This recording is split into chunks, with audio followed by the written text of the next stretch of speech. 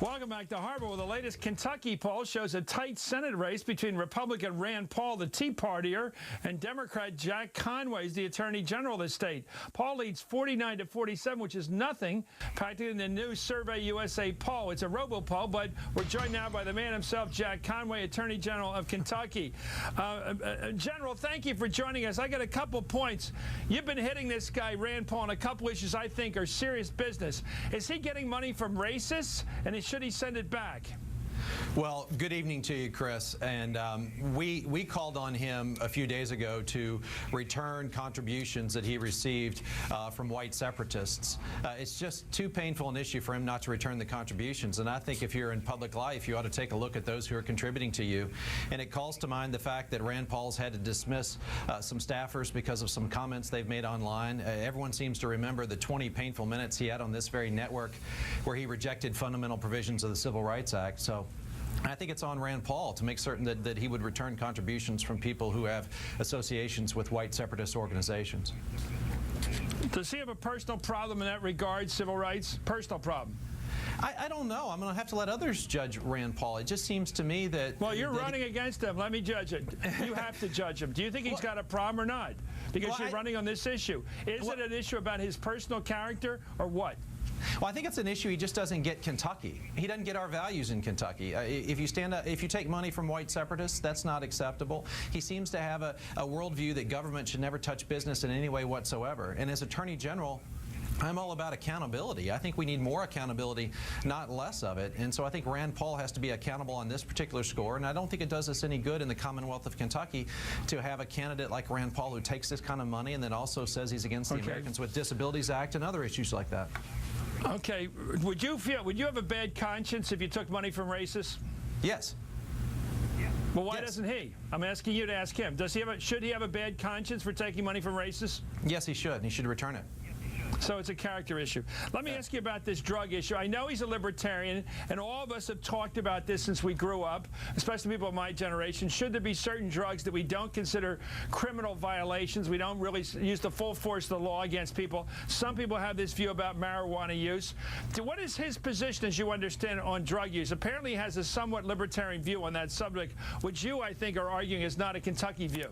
Exactly. He seems to think that all drug issues should be left to the local level, and it's up to the states to decide what they criminalize and don't criminalize. But in Kentucky, we have a peculiar problem with prescription pills being used for off-label purposes.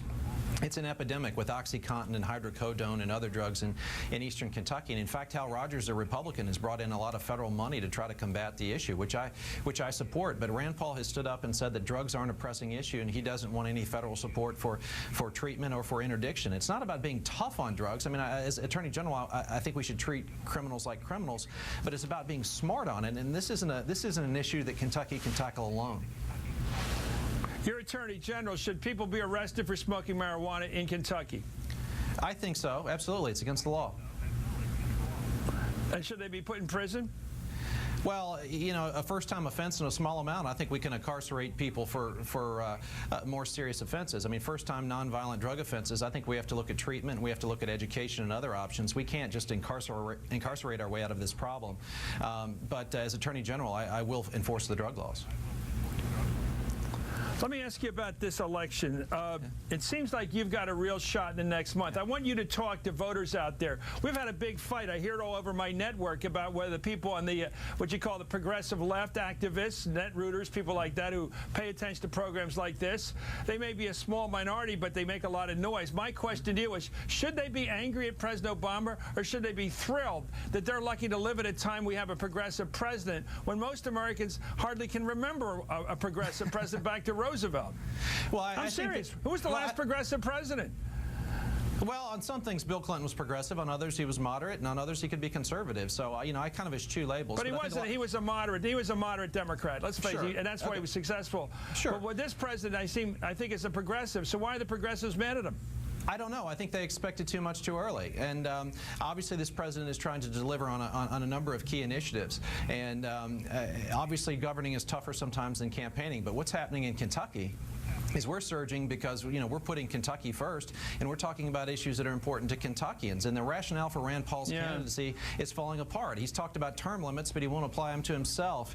He has talked about, I've taken a whole lot of hits from Karl Rove's American Crossroads and all these special interest groups on I know he's after you. He's after me, and I hope some of your viewers will go to ConwayFightFund.com and help us out. But we've learned here recently that Rand Paul is now calling for a $2,000 deductible for every recipient of Medicare. He's not going to win this health care argument by putting forward positions like that. So the rationale for his candidacy is beginning to collapse. Do you think Karl Rove is a negative influence on American life? I do. I do. As someone who's taking about $1 million worth of special interest money that is coming, 91% of it coming, I think, from 3 billionaires and coming in and running ads in the Commonwealth of Kentucky claiming that I have cut $500 billion from Medicare. I got a tough one for you. I got a tough one for you. I don't know where you're going to stand on this. We got reports. I got reports over the weekend that that your senior senator, Mitch McConnell, has been personally holding up, issuing subpoenas to the oil company, BP in particular, for its role in the BP disaster. Mitch McConnell does not believe in a serious investigation of BP. Is he in the tank with BP? I can't think of another reason why he doesn't want a serious investigation of an environmental catastrophe. Your thoughts? I can't think of another reason either. I mean, I believe in accountability, and I am an opponent. Is he in the tank with the oil industry? Is he in the tank with the oil industry? Well, it seems like he is, because I tell you what, Chris, it seems like he's fighting and he's trying to push this on past the elections and not allow Bob Graham and his committee, which has to report in July, not allowing them to have subpoena power. They ought to have subpoena power to get at the bottom of what happened and make certain it never happens again.